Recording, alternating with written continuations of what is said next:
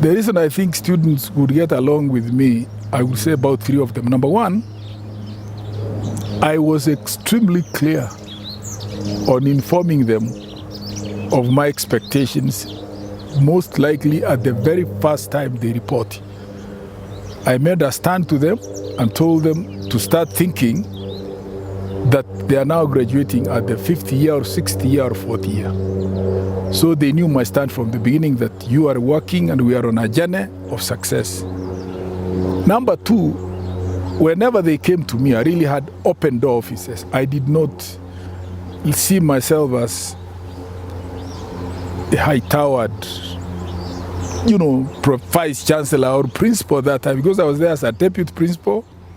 When I interacted a lot even with them, deputy principal and then principal, then became a Vice-Chancellor when it was elevated to a full-fledged university.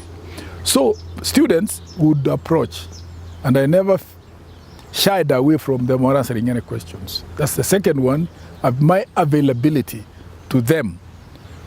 Not availability to the point of saying familiarity brings contempt. No. Availability to some issues that were through. As a Vice-Chancellor, I was available, very easy to reach to. Two, they knew I would not promise something I cannot do. If I didn't meet a requirement of their request when they say Michieka must go because he has not provided chapatis, and we never made chapatis, I would not say I am going to make chapati for tonight or tomorrow. I would say it is not possible, we cannot make that one. But then they would come with about 4 or 5 items. I would pick the lowest hanging ones, lowest hanging items they request. Tell them tick, tick, the rest, the next one cancel, the next one cancel, and don't expect me to change a mind on that. And we don't discuss about it at all. So that they knew I would be.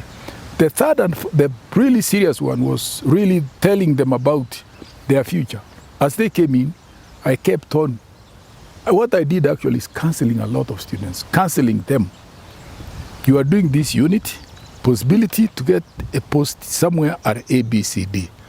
People would want to know how you behaved from us here. So keep your discipline, keep your being a student and your character and behavior to the best, knowing that when you get out, you will also be a Vice-Chancellor, you will be a lecturer, you will be an engineer, you will be somebody in a ministry expecting respect and expecting either problems or solving people's issues. So I would continuously, this I'll tell you the truth, I used to counsel them whenever I had any opportunity to teach and talk to them. Then the last one is that I had staff, Senate, and teaching members of staff really with me all along. I never made a decision whether closure or whether Christmas vacation or anything else without continuous consultations, particularly with Senate. And then Council was also, Council knew me, we worked with them very well. Our late first chairman of Council, Stephen Mulinge, I would brief him every so often. If there is anything, I never left them out. So really what I'm saying is this, I would link to the students, to the staff, very closely, then I would link to the Council, and then eventually we had a chancellor who was President Moi that time for a long time. I was really there until Kibaki was there, chancellor for me for about 6 months. But then our chancellor, when we had issues, we could call actually, a few times. Sir, I have an issue here. I'm your deputy and I like to get advice on 1 or 2, 3. But seldom did I do that because I would have solved those problems within Senate and also my deputy vice-chancellors. But there were indiscipline cases also. We had also issues. It was not as smooth. But I think generally I would say one of my best lives in development, in management, was when I was a vice-chancellor. Okay. Yeah. Okay, that's fantastic. That's very good. But I cannot go to it again.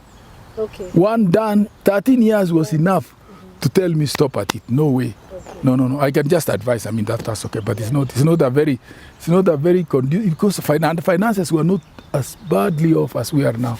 Yeah.